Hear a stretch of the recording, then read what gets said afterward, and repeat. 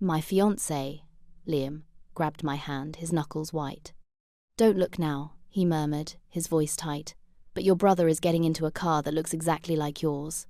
I froze, a piece of lukewarm pizza halfway to my mouth. We were sitting in a booth at a cheap campus joint, trying to celebrate the end of my midterms. I slowly turned my head, my heart starting to hammer against my ribs like a trapped bird. There, across the street, was my gleaming silver Honda, the one I'd worked 2 jobs to buy. And, sliding into the driver's seat, casual as you please, was my golden boy brother, Kevin. He shouldn't have even been in my college town. A sick, cold feeling washed over me. This wasn't a coincidence. This was something else entirely. And that's when I knew my life was about to implode. Before I continue the story, please subscribe. I need to reach 1,000 subscribers so I can keep bringing you stories like this every day. It's just one click for you, but it means a lot to me. To understand the sheer audacity of this moment, you have to understand my family. I was the designated adult, the responsible one, the planner. From the age of 12, I was the one who remembered birthdays, scheduled appointments, and made sure the bills were paid on time. My parents, bless their chaotic hearts, were more like well-meaning roommates than actual authority figures. They were dreamers, artists who floated through life on a cloud of good intentions and perpetually overdrawn bank accounts. I was the anchor, the one who kept the family ship from crashing into the rocks. My brother, Kevin, on the other hand, was the golden child. He was the charming, spontaneous one, the one who could do no wrong. He'd rack up credit card debt, and they'd call it investing in his future. He'd drop out of a class, and it was because the professor didn't appreciate his unique genius. I, on the other hand, was held to a different standard. If I got a B, it was, why wasn't it an A, Emma? If I worked extra hours, it was, don't you think you're neglecting your family? It was a classic case of double standards, a dynamic so deeply ingrained that I didn't even question it for years. It was just the way things were. I was the rock, and Kevin was the kite, and my parents held the string, letting him soar while I stayed firmly on the ground. The car was my one rebellion, my one selfish act. I'd saved for it meticulously, every penny earned from scooping ice cream and tutoring bratty high schoolers. It was my freedom, my escape pod from the suffocating atmosphere of my family. It represented every sacrifice I'd made, every time I'd put their needs before my own. It was more than just a machine of metal and glass. It was a symbol of my independence. And seeing Kevin behind the wheel felt like a violation, a desecration of the one thing that was truly mine. It was a message, loud and clear. Nothing was sacred, nothing was safe from their grasp. My stomach churned with a mixture of anger and a familiar, weary resignation. I knew, with a certainty that chilled me to the bone, that this wasn't just a joyride. This was a power play, a deliberate act of sabotage, and I was the target. Liam's hand was a warm, solid presence in mine, a stark contrast to the icy dread creeping up my spine. He was the one who'd first pointed out the cracks in my family's facade. When we first started dating, he was baffled by my constant need to check in with my parents, my apologies for things that weren't my fault, my casual acceptance of their blatant favoritism. "It's not normal, Emma," he'd say gently, after I'd spent an hour on the phone calming my mother down because Kevin had forgotten to pay his rent again. "They treat you like a personal assistant, not a daughter."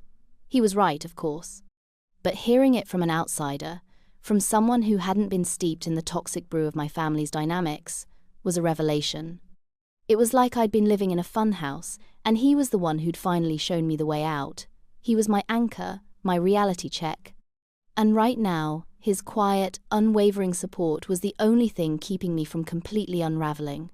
I took a deep breath, trying to quell the tremor in my hands. "What do I do?" I whispered, my voice barely audible over the din of the pizzeria.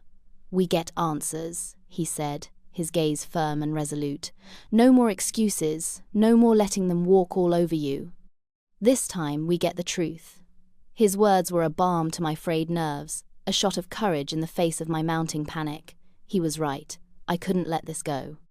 I couldn't just swallow my anger and pretend it didn't happen. This was a line in the sand, a boundary that had been crossed one too many times. I pulled out my phone, my fingers fumbling with the screen. I had to call them. I had to hear the lie they would inevitably spin. My thumb hovered over my mom's contact, a familiar sense of dread washing over me. I knew what was coming. The gaslighting, the feigned innocence, the subtle shift of blame that would somehow leave me feeling like I was the one who had overreacted. It was a dance I knew all too well, a choreography of manipulation that I had been a part of for my entire life.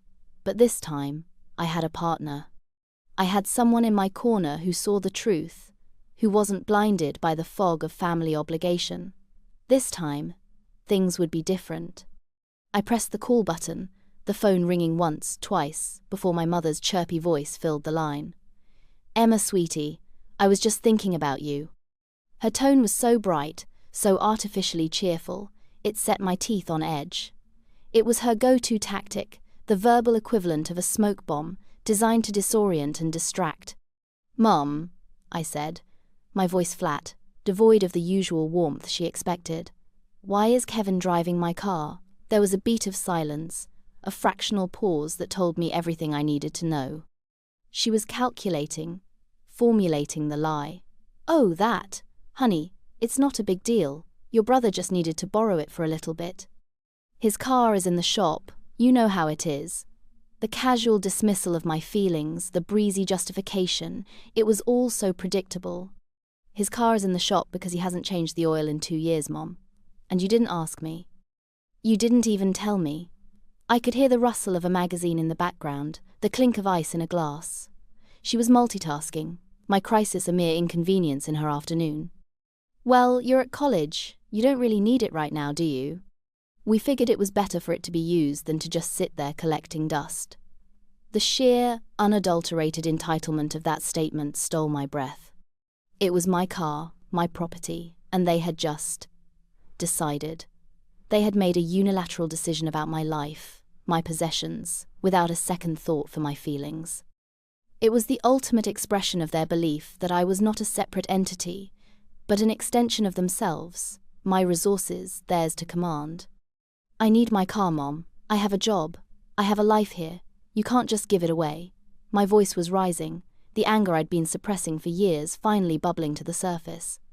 "Don't be so dramatic, Emma. It's just for a few days. You'll get it back. Family helps family, right?" And there it was. The guilt trip, the final, crushing blow in her arsenal of manipulation. The implication was clear. If I protested, I was selfish. If I demanded my property back, I was ungrateful. It was a trap, a no-win situation designed to keep me in my place. But this time, I wasn't falling for it. "No, Mom, this isn't about helping. This is about you making a decision about my property without my consent. I want my car back." Now, the line went quiet again. But this time, the silence was different. It was cold, hostile. The cheerful facade had dropped, and I could picture her perfectly, her lips pursed in a thin line of disapproval. "I don't like your tone, Emma. We've done so much for you, and this is the thanks we get." The victim card. It was her trump card, the one she played when all else failed. Suddenly, she was the long-suffering mother, and I was the ungrateful child. It was a masterful performance, one she had perfected over years of practice, but I was no longer a captive audience. "What you've done," I said, my voice shaking with a mixture of rage and adrenaline, "is teach me that my feelings don't matter. You've taught me that my boundaries are meaningless. You've taught me that I am not a person, but a resource to be used and discarded at your convenience." The words tumbled out of me, a torrent of suppressed resentment that had been building for a lifetime. It was raw, it was ugly, and it was the truest thing I had ever said to her. Liam squeezed my hand, his eyes wide with a mixture of shock and pride. He had never heard me speak to my mother like this, had never seen me push back against the tide of her manipulation. I was breaking the unspoken rule, the one that had governed my entire life. Keep the peace, no matter the cost. The silence on the other end of the line was deafening. I had thrown a grenade into the carefully constructed illusion of our happy family, and I had no idea what the fallout would be. But for the first time in my life, I didn't care. I was done being the good daughter, the responsible one, the one who always put her own needs last. I was done being a doormat. I was done. "You're being hysterical," she finally said, her voice dripping with condescension. "You're making a mountain out of a molehill. It's just a car. Just a car." The words echoed in my head, a testament to the chasm of understanding between us. It was never just a car. It was my independence, my autonomy, my escape. It was the physical manifestation of my hard work, my sacrifice, my dreams. And she had dismissed it all with a wave of her hand, a casual flick of her wrist. "I'm coming to get it," I said, my voice cold and steady. "I'll be there in the morning." I didn't wait for a response. I hung up the phone, my heart pounding in my chest. The pizzeria suddenly felt too small, too crowded, the air thick with the smell of grease and other people's laughter. I needed to get out of there, to breathe, to think. Liam followed me out into the cool night air, his arm a comforting weight around my shoulders. "I'm proud of you," he said, his voice soft. "That was the hardest thing you've ever had to do." He was right. It was harder than any exam, any all-nighter, any double shift. It was a severing of a cord, a declaration of independence that was long overdue. But it was also terrifying. I had just declared war on my own family, and I had no idea what the consequences would be. The drive home to my parents' house was a blur of anxiety and righteous anger. Every mile brought me closer to a confrontation I had been avoiding my entire life. I rehearsed what I would say, the words I would use, the boundaries I would set. But in my heart, I knew that this was not a negotiation, this was a reclamation. I was taking back what was mine, not just the car, but my sense of self, my dignity, my right to exist as a separate and whole person. I was no longer Emma, the responsible daughter, the family fixer. I was Emma, the woman who was finally fighting back. The next morning, I drove the 3 hours to my parents' house, a pit of dread in my stomach. Liam had offered to come with me, but I knew I had to do this alone. This was my battle to fight, my demon to slay. As I pulled into the driveway, I saw it. My car, parked right there, as if nothing had happened. But it wasn't the same. There was a new scratch on the bumper, a faint smudge of what looked like ketchup on the passenger seat. It was a small thing, but it felt like a violation, a symbol of their utter disregard for me and my property. I walked up to the front door, my keys clutched in my hand like a weapon. I didn't bother to knock. I walked in, my heart pounding, and found them in the kitchen, my mother sipping her morning tea, my father reading the paper, as if it were just another ordinary day. They looked up, their faces a mixture of surprise and feigned innocence. "Emma, what a surprise!" "We weren't expecting you." My mother's voice was a little too bright, a little too forced. "I'm here for my car," I said, my voice as cold as ice. "I'm taking it back." My father lowered his paper, his brow furrowed in a look of paternal disappointment. "Now, Emma, let's not be hasty. Your brother just needed it for a few more days. He has a very important job interview, and you wouldn't want him to miss that, would you?" The manipulation was so blatant, so transparent, it was almost laughable. They were trying to paint me as the villain, the selfish sister who would sabotage her own brother's future over a silly little car. "His job interview is not my responsibility," I said, my voice unwavering. "My car is, and I'm taking it back. Now." I turned to leave, but my mother's voice stopped me in my tracks. "We sold it." The words hung in the air, thick and heavy and unbelievable. "You what?" I whispered, my voice barely a croak. "We sold it," she repeated, her voice matter-of-fact, as if she were telling me she'd bought a new brand of coffee. "We got a really good offer, and with you being at college and all, you don't really need it. We figured the money would be more useful."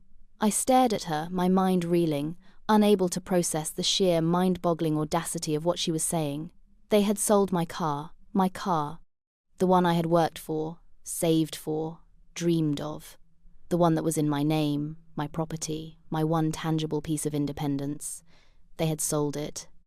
And they were telling me this with a straight face, as if it were the most reasonable thing in the world.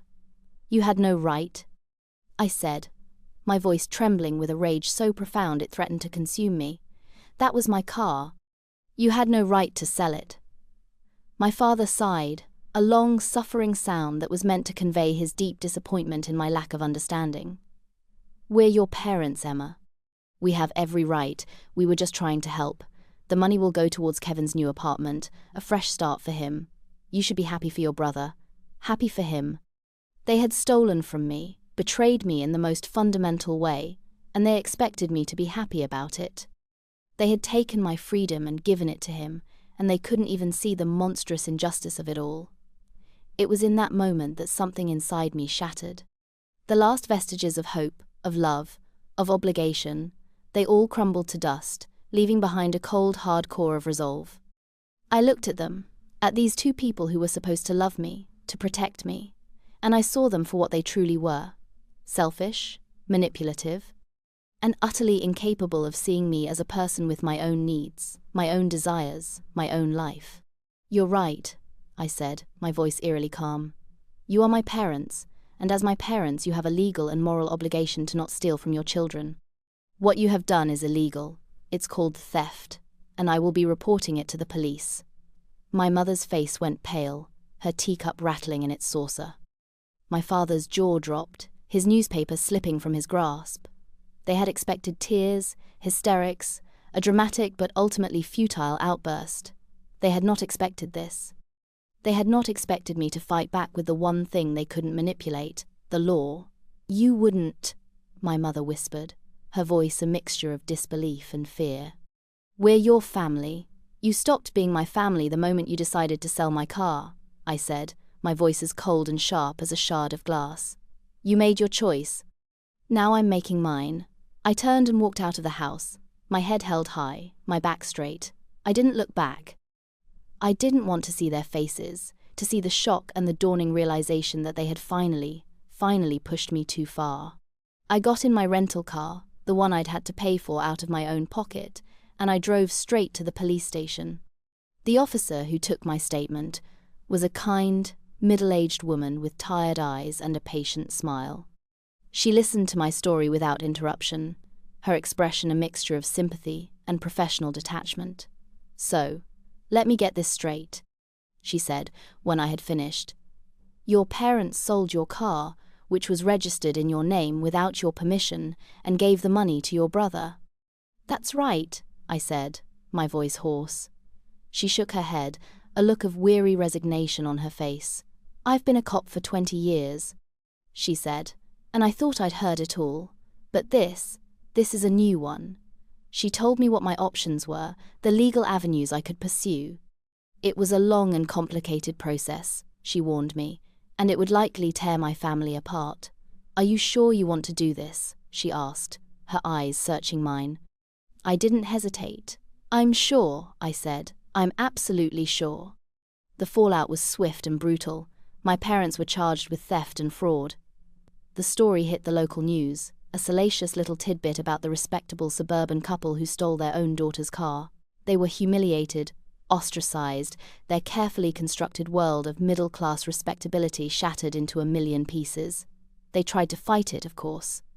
They hired a lawyer, a slick, expensive man in a tailored suit who tried to paint me as a vindictive, mentally unstable young woman who was trying to extort money from her loving, long-suffering parents.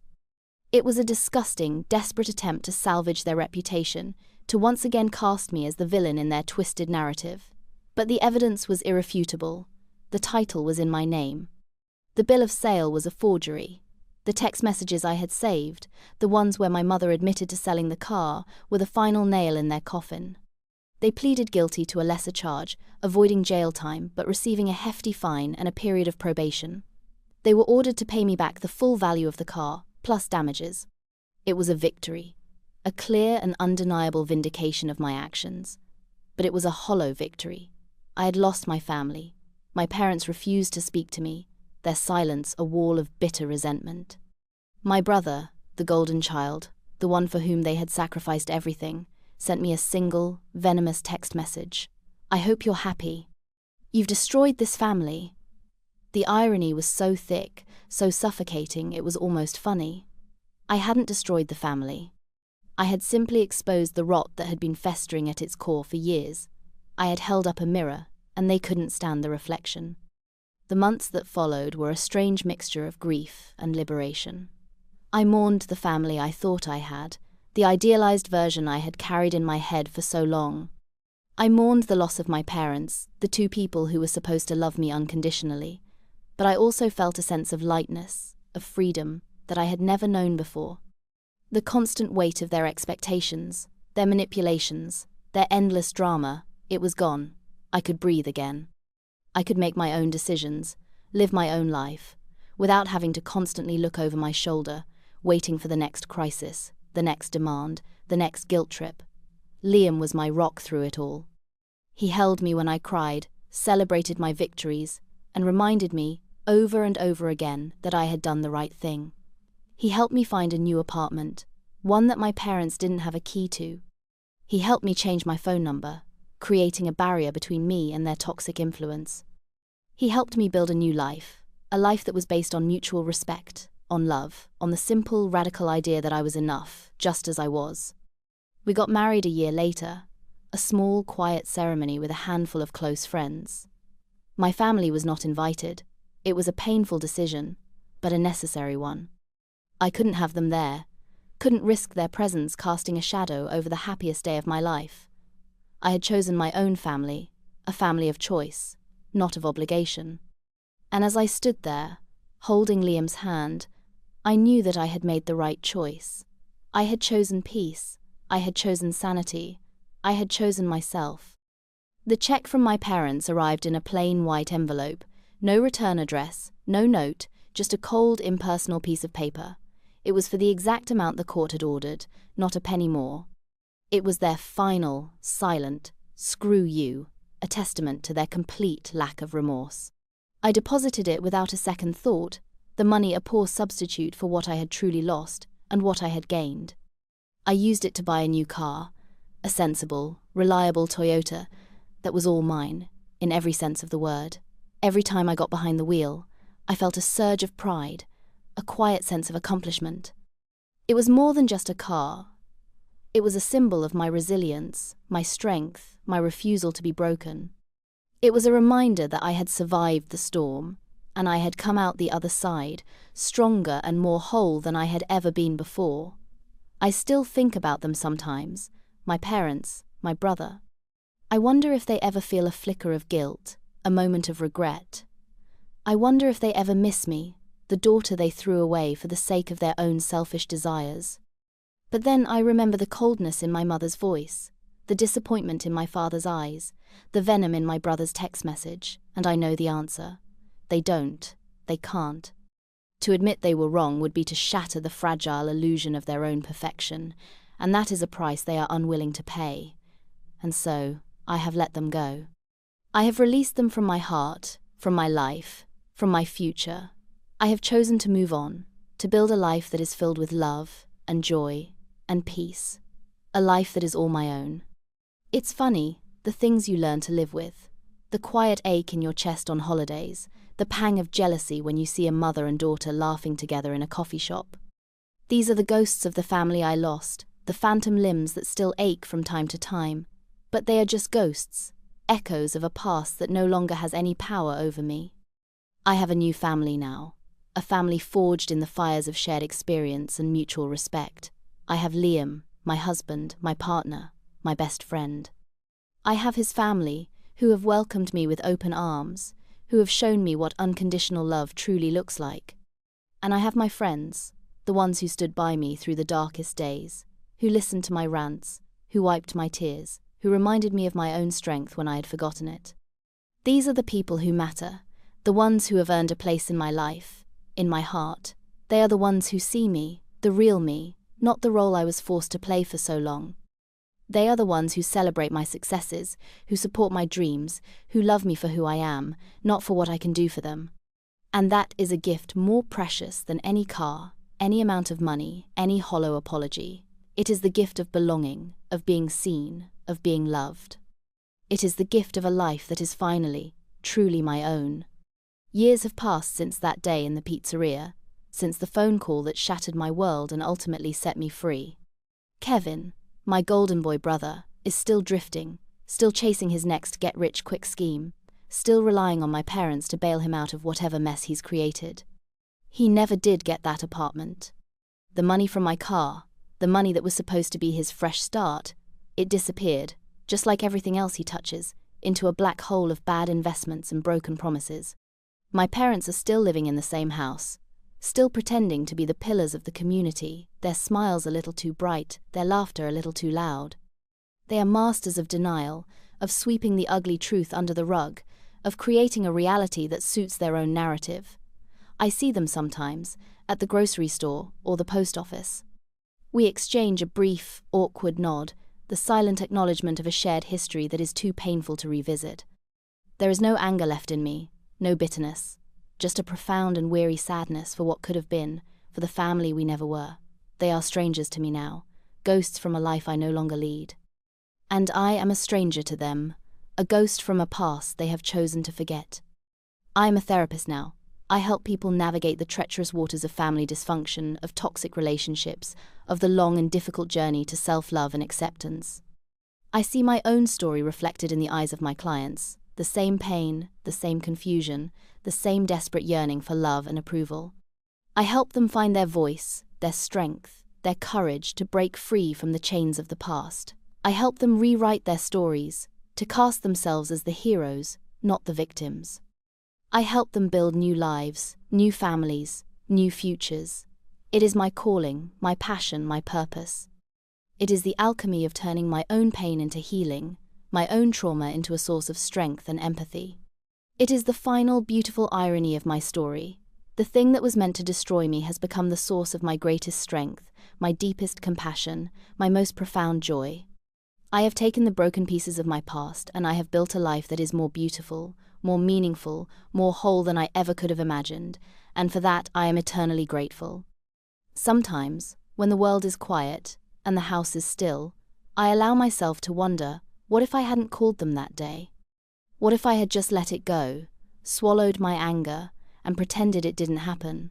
What if I had continued to play the role of the good daughter, the peacemaker, the one who always put her own needs last?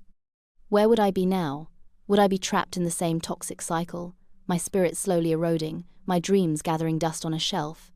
Would I be a shadow of the woman I am today, my voice a whisper, my heart a barren wasteland? The thought sends a shiver down my spine, a cold, hard knot of fear in the pit of my stomach. It is a terrifying glimpse into a life that could have been, a life of quiet desperation, of unspoken resentment, of a slow and steady death of the soul. And in that moment I am filled with a fierce and overwhelming sense of gratitude.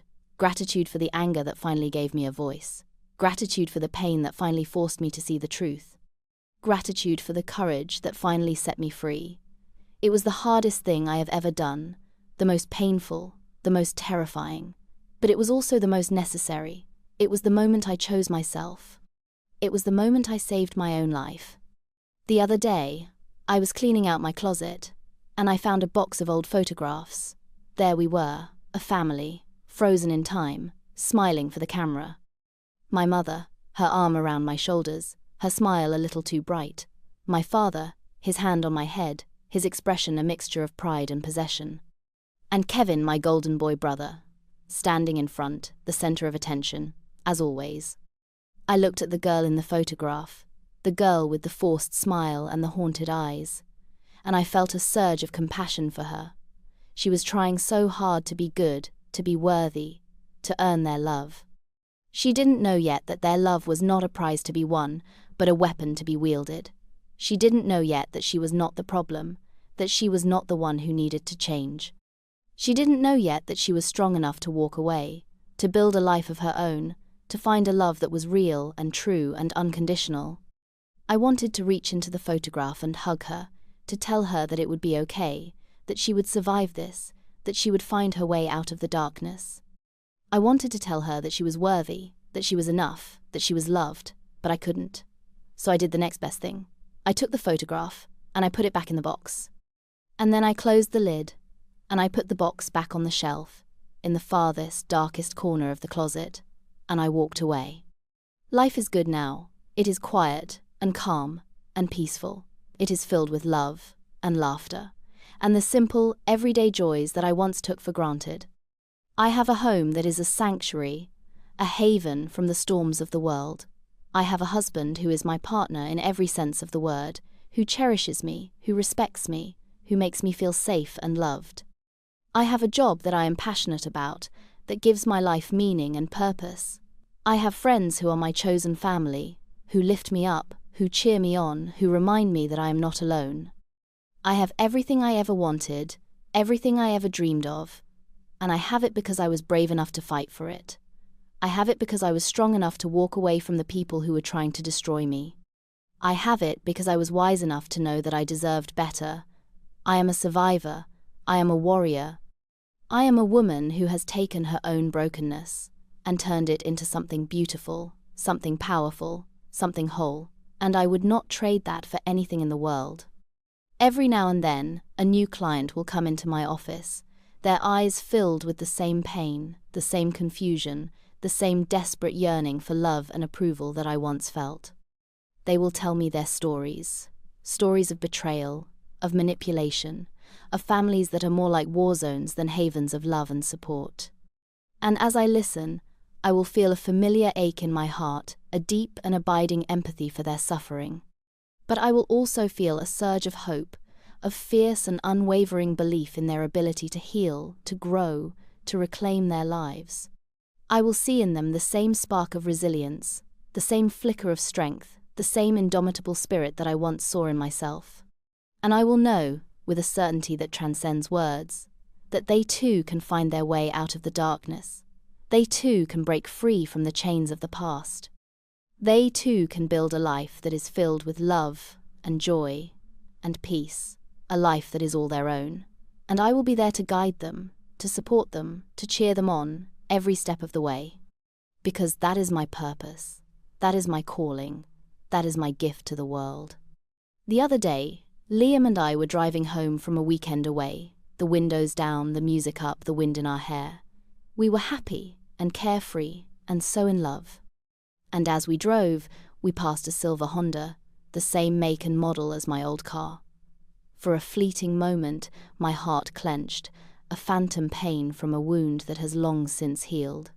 And then, just as quickly, it was gone, replaced by a profound and overwhelming sense of peace. It was just a car, a ghost from a life I no longer lead. It had no power over me anymore. I looked at Liam, his hand resting on my knee, his eyes shining with love, and I smiled. I was free. I was truly, finally, gloriously free. And I knew, in that moment, that I had made the right choice. I had chosen myself. I had chosen love. I had chosen life. And I would choose it again, 1,000 times over. So, that's my story. The story of how my mother sold my car while I was at college, and how it was the best thing that ever happened to me. It was the catalyst that forced me to confront the toxic reality of my family, the wake-up call that I so desperately needed. It was the beginning of the end of my old life, and the start of a new one, a life that is more beautiful, more meaningful, more whole than I ever could have imagined. It was a long and painful journey, but it was worth it. Every tear, every struggle, every moment of doubt and fear, it was all worth it. Because it led me here, to this moment, to this life, to this peace. And for that, I am eternally grateful. So, I ask you, the reader, the listener, the one who has followed me on this journey, did I go too far, or not far enough? Let me know in the comments.